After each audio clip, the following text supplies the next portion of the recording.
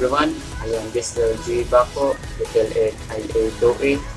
So for now, I will discuss the different parts and functions and the different types of differentials.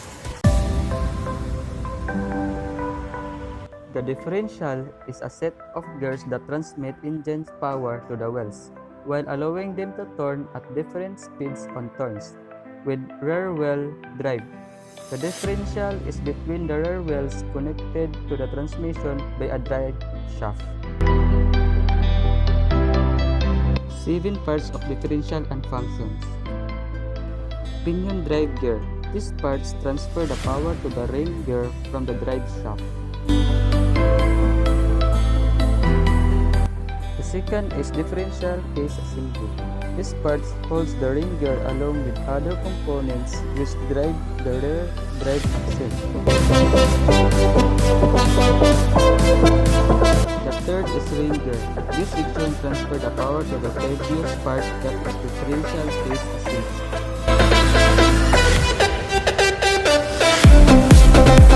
The fourth is rear drive axle.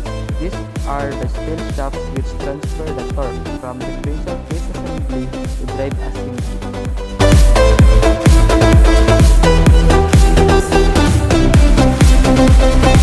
The fifth is axle housing. These are the metal body that encloses the rear axles and also supports the rear axle assembly.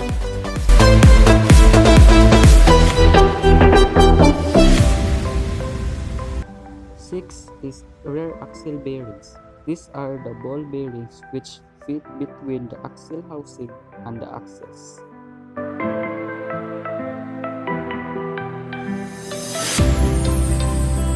7 is side gears. These gears help both the wheels to turn independently while turning.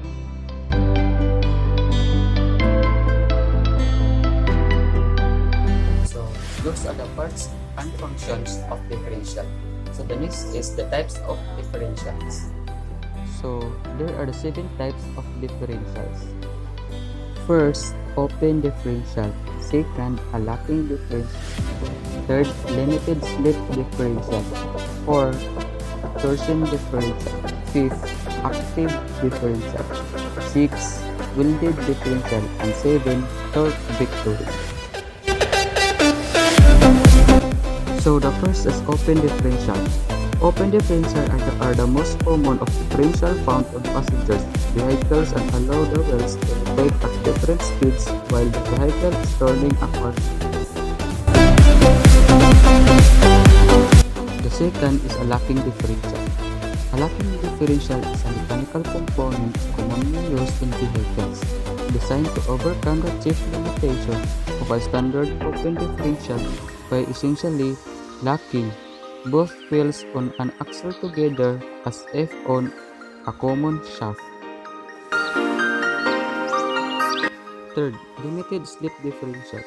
The limited slip differential is a type of differential that allows its 2 output shafts to rotate at different speeds but limits to maximum difference between 2 shafts. Limited slip differentials are often known by the generic trademark Pussy Traction, a brand name owned by General Motors. The fourth is torsion differential. Torsion differential is a differential employs the use of some clever gearing to produce the same effect as a limited slip differential without the need for clutches or fluid resistance. The fifth is active differential. Active differential still employs mechanisms to provide the resistance needed to transfer torque from one side to another. But rather than relying on purely mechanical force, these clutches can be electronically activated. 6 is welded differential. Welded differential keeps both of the back wheels on the car spinning at the same speed.